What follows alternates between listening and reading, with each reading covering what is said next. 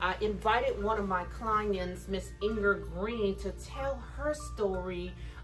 What is she doing to live healthy and productive? We want to hear her story and her journey. What did she do to lose, how many pounds did you lose? 61. 61 pounds, you guys. That is amazing. And how old are you? 58. So it's never too late, you guys. So why don't you listen, sit down, listen to Mrs. Inger's story and testimony about her journey of losing 61 pounds at the age of 58. 58. Hi guys. Well, I started when I was 57. September of 2020 is when I started. I went to visit my daughters in California, and when I came back, I was just miserable. I just had put on so much weight with this medicine. That's the first thing that the doctors had given me for my menopause. And fighting through the medicine and just everything else, just life in general, night sweats, not being able to sleep, insomnia. I was a mess, but I didn't feel good and I didn't look good to myself. So I was at work, and I worked from home, and I was sitting at my computer, and I said, I think I need to find a life coach, a body coach, somebody that can teach me. So I Googled, I need a life coach, and I got Body by Carol, someplace in Mid-City, and another place. I called all three. The guy from Mid-City called me back. He gave me this outrageous amount, like $500 a month, and you come so many times and this and that, but I didn't gel with him.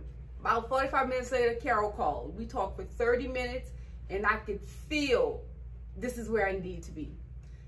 I came to see her on a Wednesday. I signed up on a Wednesday, and I've been here ever since. I did the 28-day challenge with her, and I thought I couldn't do it. I'm like, what do you mean I'm not gonna eat breakfast in the morning? I'm a breakfast person. I need my eggs and my bacon every morning, and sometimes grits. She was like, no, you're not. You're gonna go by this 28 days, and you're gonna see the results. I'm like, okay, I'm gonna try it. And nothing beats a failure but a try, and I can do it. And I started, and I didn't eat my first meal the first day until like 1 o'clock. I thought I was gonna die. I'm just sitting there like, okay, something's gonna happen to me. I know I'm gonna get sick because I'm not eating. Something's gonna happen. I just drank my water. Now, one thing I will tell y'all that is my poison is Diet Coke. So I did sip on my Diet Coke with some ice all day. And when it was 1 o'clock, I ate, and I couldn't believe how full I was. And we're not promoting Diet Coke anyway, but go ahead. And I couldn't believe how full I was. And then my next meal was like around 7:30, 8 o'clock.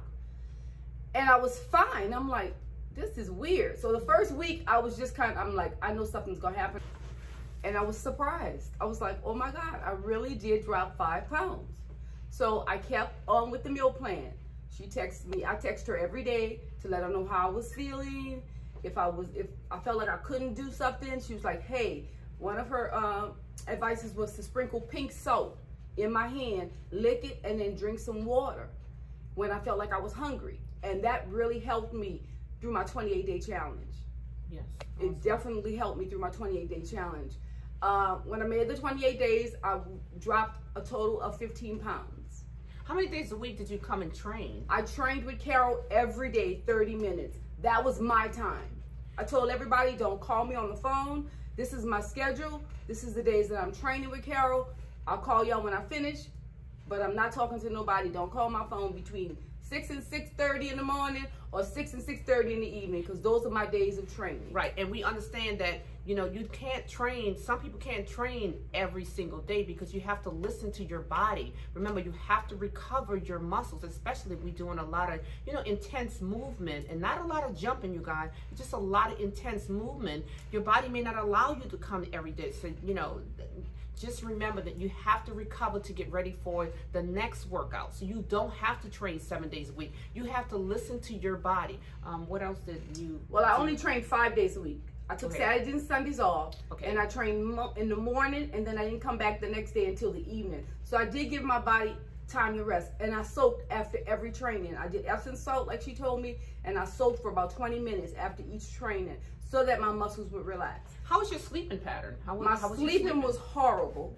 Okay. I would go to bed at 11, I'd be up at 2, I'd go to bed at 3, I'd be up at 5.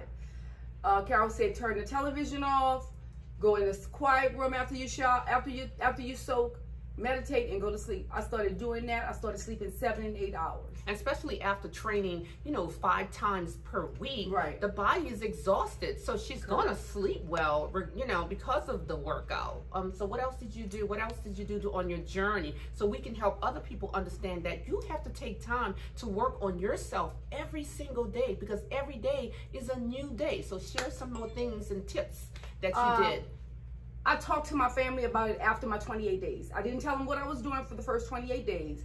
After I got my results, I told them, I said, guys, this is what I'm doing for me. This is not a diet. This is my life change. Exactly. All my brothers have high blood pressure and diabetes. It runs in the family, as they quote, the doctors quote. I've never been on any kind of medication other than the medication the doctor gave me for my hormones, which threw me out of whack, and vitamins. Are you taking any type of medicine now? I'm on no medication other than vitamins. I take vitamin C, I take D3, I take zinc, I take a multivitamin, I take omega. With the EPA and the DHA in it for the brain. Correct. The brain and is I made take of natural something. fats. Oh, and I take Curamic for my joints. For my joints and my knees. Okay. That's it. I take nothing else. I check my glucose. I stick my finger every morning to see exactly what my blood sugar is.